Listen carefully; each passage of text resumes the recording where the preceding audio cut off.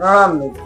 જ્ઞાન અને ગમ્મત ની વાત રજૂ કરે છે મારા પપ્પા બટુદાસ ઉઠાણી. જય માતાજી. જય માતા. બેટા, એક રાજાએ સભા ભરી. સભા ભરી, એમાં એક મણિકાને બોલાવી, નાચવા વાળી.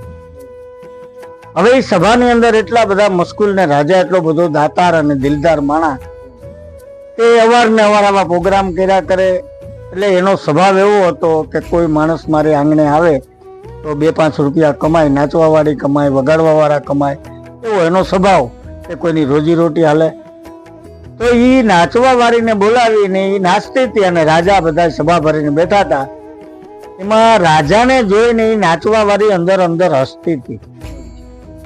એ હસતી હતી એટલે રાજાને શંકા ગઈ કે આ નાચવા વાળી મણિકા મને જોઈને હસે છે કેમ?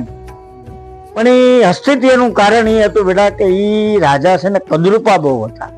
એની નમણાઈ નહોતી, એકદમ કદરૂપા હતા, દિલના હારા હતા.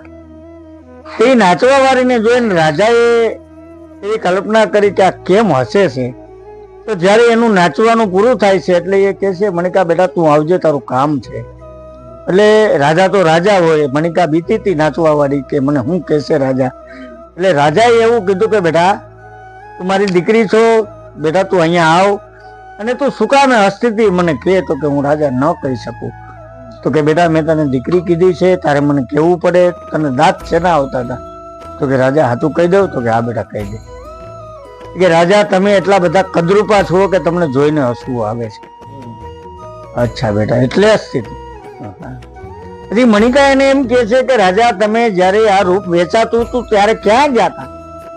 ત્યારે રાજાએ એમ કીધું કે બેટા રૂપ અને ભાગ્ય બંને ભેગા વેચાતા હતા. એટલે હું ભાગ્ય લેવા ગયો હતો અને તું રૂપ લેવા ગઈ હતી.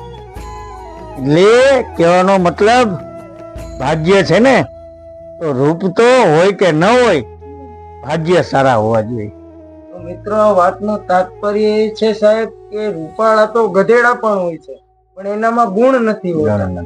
તો માણસો આપણે આ જીવનમાં એ શીખવાનું છે કે આપણામાં સારી માણસાઈ, ગુણ અને આપણો સારો સ્વભાવ એ જ બધાને સારું લાગે.